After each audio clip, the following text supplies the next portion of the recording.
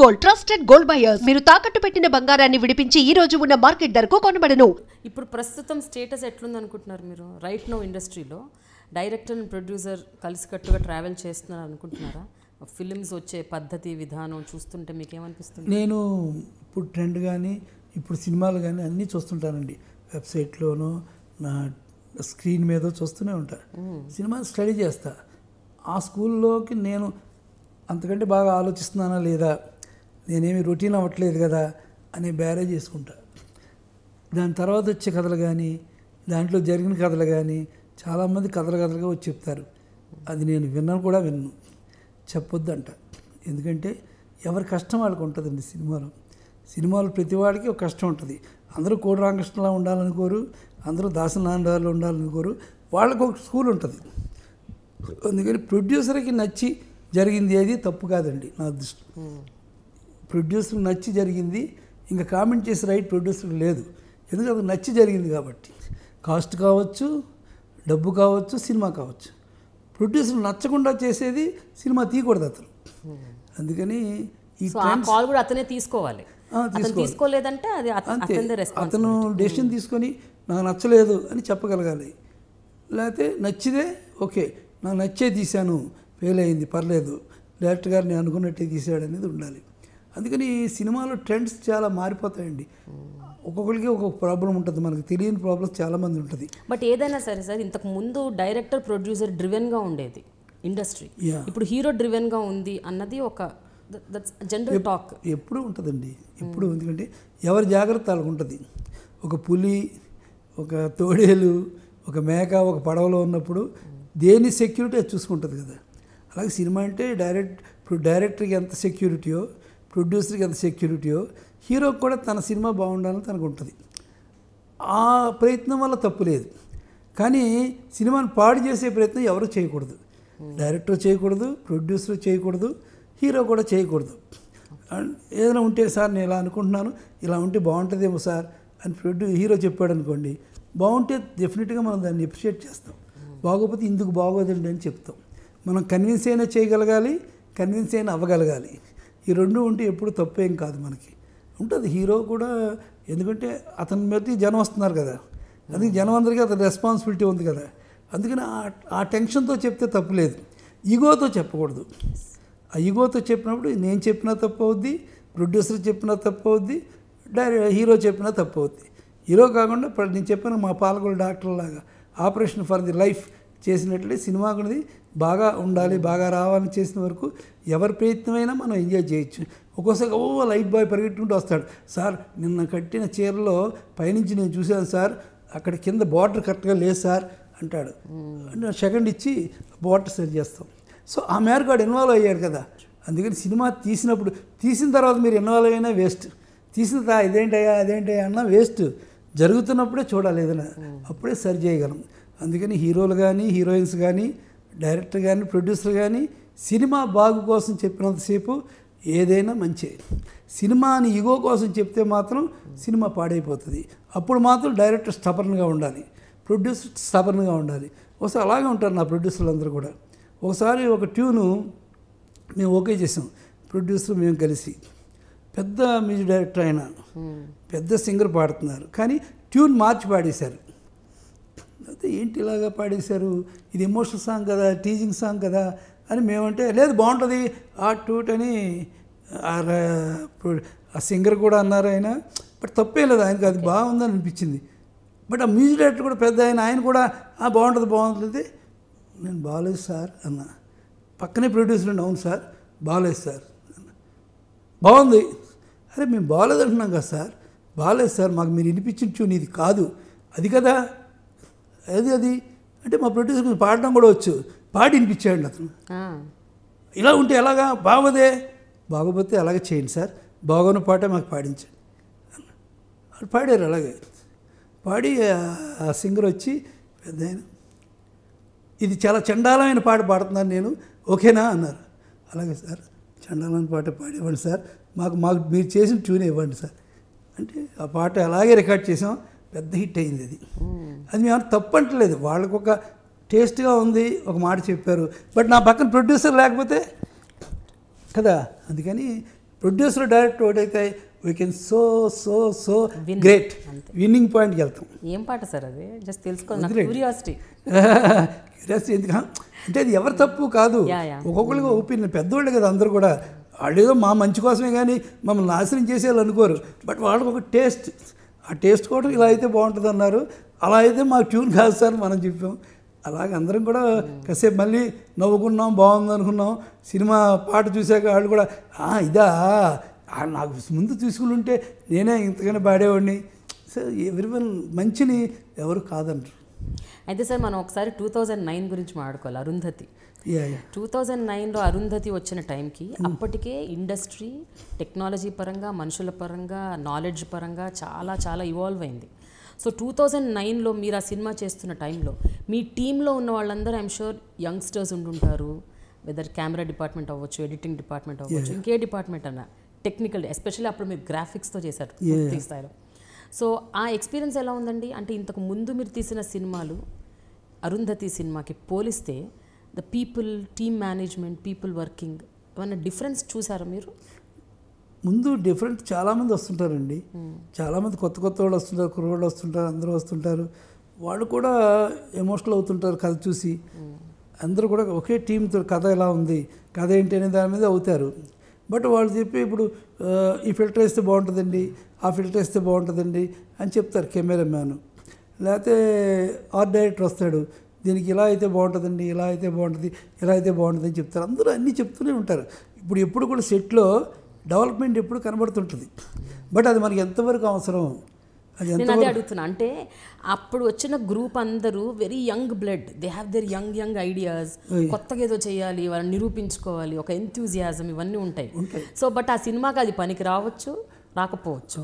So ఎప్పుడు how do you draw the line? అంటే వాళ్ళకి డిస్కరేజ్ చేయలేము, వాళ్ళ ఎంథ్యూజియాజంకి అడ్డుకట్ట వేయలేము. So as a director it's your responsibility. అయ్యో అడ్డుకట్ట అంటే మనం అందరికంటే ఫస్ట్ మనం కూడా యంగ్స్టర్స్ అనుకోవాలి ఫస్ట్. అంటే మనం ఎప్పుడు తక్కువ ఆలోచిస్తున్నాం అనుకోకూడదు. మనం ఆలోచించిన కథని ప్రొడ్యూసర్ మేము కలిసి స్ట్రాంగ్ చేస్తాం, అలాగే అందరికీ చెప్తాం. సో పాయింట్ స్ట్రాంగ్, తర్వాత కథ అందరికీ కూర్చోబెట్టి చెప్తాం, టెక్నీషియన్స్ ప్రతి వాళ్ళకి చెప్తాం. చెప్తే వీల్ టేక్ దేర్ సజెషన్స్, ఇలా ఉంది ఇలా ఉంది ఇలా ఉంది అంటే ఒకరోజు టైం అంటే అది చెప్పింది కరెక్టా, ఏమైనా మనం దాన్ని యూజ్ చేసుకోవచ్చా అంటే ఓకే అది ఇలా యూజ్ చేసుకోవచ్చు అని ప్రొడ్యూసర్ మేము డిస్కస్ చేసుకుంటాం. అది పనికిరాదు అనుకోండి, అప్పుడు కూర్చోబెట్టి బాగుందా, బాగా చెప్పావు, గుడ్, బాగుంది, మాకు నచ్చింది, కానీ అది ఇలా పెట్టడం వల్ల ఇలా అవుతుంది, ఇలా పెడితే ఇలా వస్తుంది అనేది అతను కన్విన్స్ చేస్తాం. అంతేగాని ఏం చెప్పావా అని ఎప్పుడు అనం, ఇలా అనుకుంటున్నామండి అని చెప్తాం.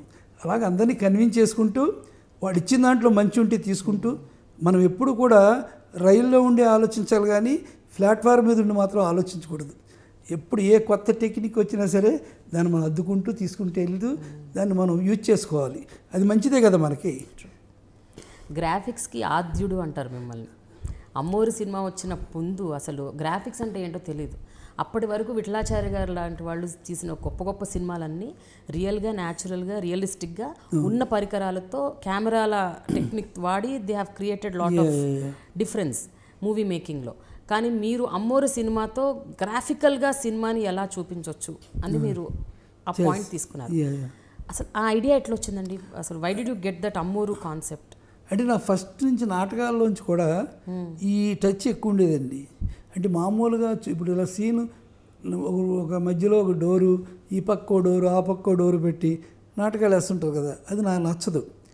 డోర్ వెనకాల ఒక కిటికీ వెనకాల ఒక గాంధీ బొమ్మ, ఆ గాంధీ బొమ్మ మధ్య ఒక మడ్రు, ఇలాంటి ప్లాన్ చేసి ఉన్నప్పుడు నాకు అలా ఉండాలి, కొంచెం చూపించాలి అనేది కూడా నాకు ఫస్ట్ నుంచి ఉండేది. అలాగే అందుకని నా సినిమాలు అన్నింటిలో కూడా ఇంక్లూడింగ్ ఇంట్లో రామయ్య కృష్ణయ్య కూడా కొన్ని షార్ట్స్ టెక్నికల్గా చేయాలి మనం అని, మాటంటే బాణం అని లో యాంగిల్ ఒక గ్లోబ్ ఉండాలి, గ్లోబ్ మీద హీరో నిలబడాలి, కళ్ళజోడు ఇసరాలి, అది వెళ్ళి హీరోయిన్కి పడాలి, ఆ గ్లోబే బింది అని ఇలాగా అప్పటి నుంచి కూడా సంథింగ్ ఉండే డిఫరెంట్గా ఉండాలనేది నేను ఇప్పుడు ఆలోచించేవాడినండి.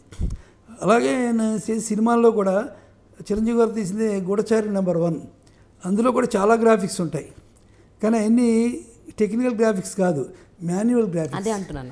అంటే మేమే మాన్యువల్గా ఒక మోటార్ బైక్లోంచి ఫోటో టక్మని వస్తుంటుంది అన్నీ కూడా ఏకనాథ్ గారిని పెట్టుకొని ఆయనతో చేసేవాళ్ళు. అలాగే గూఢచారి 117లో కూడా మాన్యువల్ గ్రాఫిక్స్. అంతకుముందు మనవాళ్ళు కూడా రవికాంత్ నగాయచ్ గారు వాళ్ళు కూడా మిచ్చల్ కెమెరాలో ఎన్నో గ్రాఫిక్స్ చేశారు. అన్నీ మాన్యువల్ కష్టంగా ఉండేది, అంటే అన్ని అరేంజ్ చేసుకోవాలి అన్నీ కూడా.